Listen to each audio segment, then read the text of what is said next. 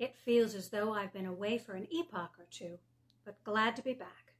Since last time, I've been busy with life stuff. I'm delighted to report I have moved to a pretty new place and am settling in nicely.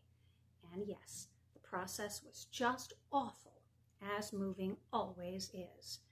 Still, I survived and am on to better things.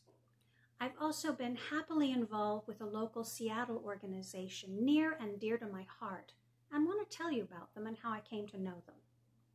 2 years ago, I was, due to a change in my health insurance, forced to leave the original oncologist treating me.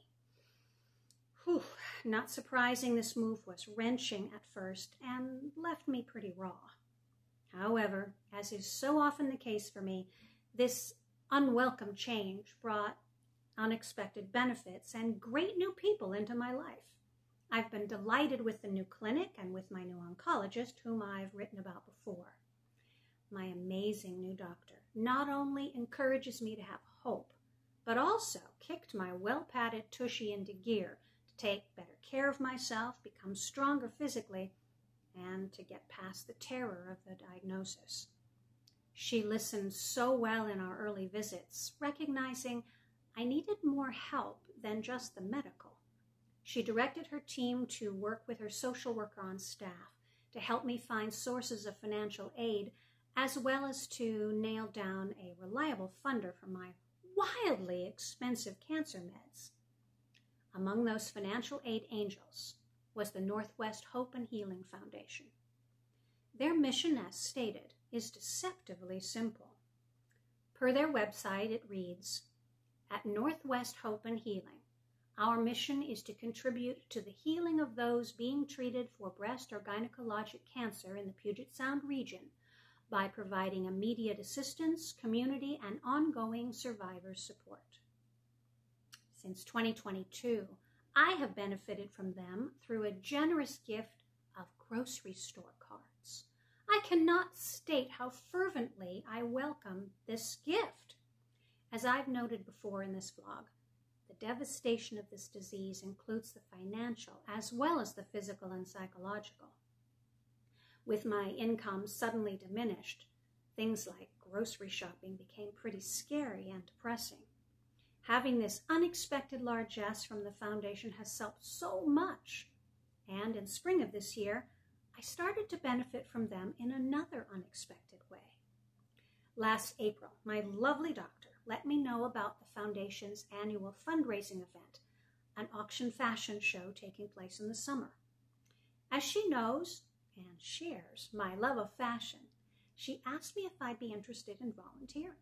I jumped at the opportunity and was in touch with the executive director right away. Not only have I been working with their amazing staff helping to secure auction items, but I was also asked to serve as one of the models. Now really, you know me well enough by now. How could I say no to that?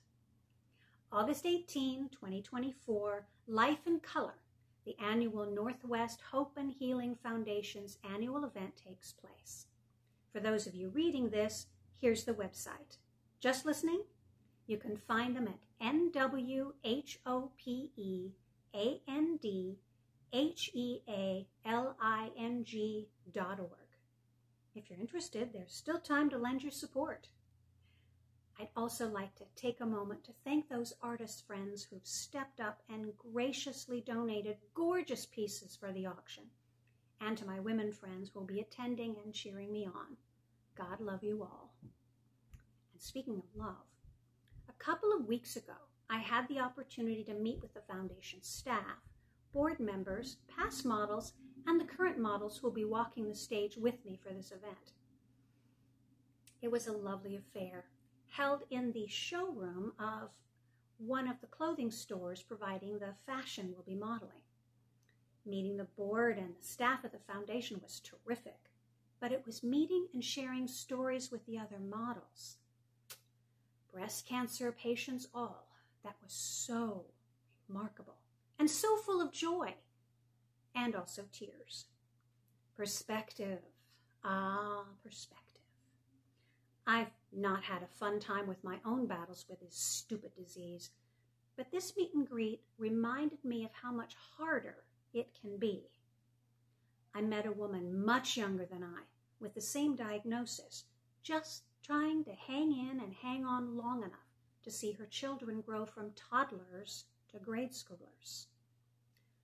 I also heard stories about life-threatening side effects from the cancer meds, as well as hearing some stories of strange and novel cancer symptoms. Everyone had a story, and I was humbled by them all. I also noted the similarities in our tales as well. It was darkly funny, and we all wryly laughed, but none of us have the hair and fingernails we once gloried in. The meds designed to squelch our estrogen has left us all with dry, brittle hair, ragged nails, and itchy skin. The only women in attendance with pretty nails admitted they were fake, of course. And don't get me started on the tales shared about fatigue, stomach distress, and brain fog. I've covered that at length here. But it was interesting to talk about it with other women and to hear how similar were our tales regarding navigating the indignities, pain, distress, and humiliation inherent in this disease. I was pleased to be able to share my stories and direct them to this vlog. Every one of them to a woman let me know how having access to this day-to-day information early on in their diagnosis would have helped. And now I have lovely new contacts and great new sources of information and advice to share here. In future posts, I will be doing just that. As this has become longer than I expected, I will say goodbye for now and ask only for your good mojo for us in our efforts to raise much-needed funding for the foundation. Oh, and your kind thoughts and hopes are welcome regarding my maintaining my balance navigating the stage in high-heeled sandals. There is no guarantee I will not tumble into the orchestra pit. But hey, that could be another story. Goodbye for now.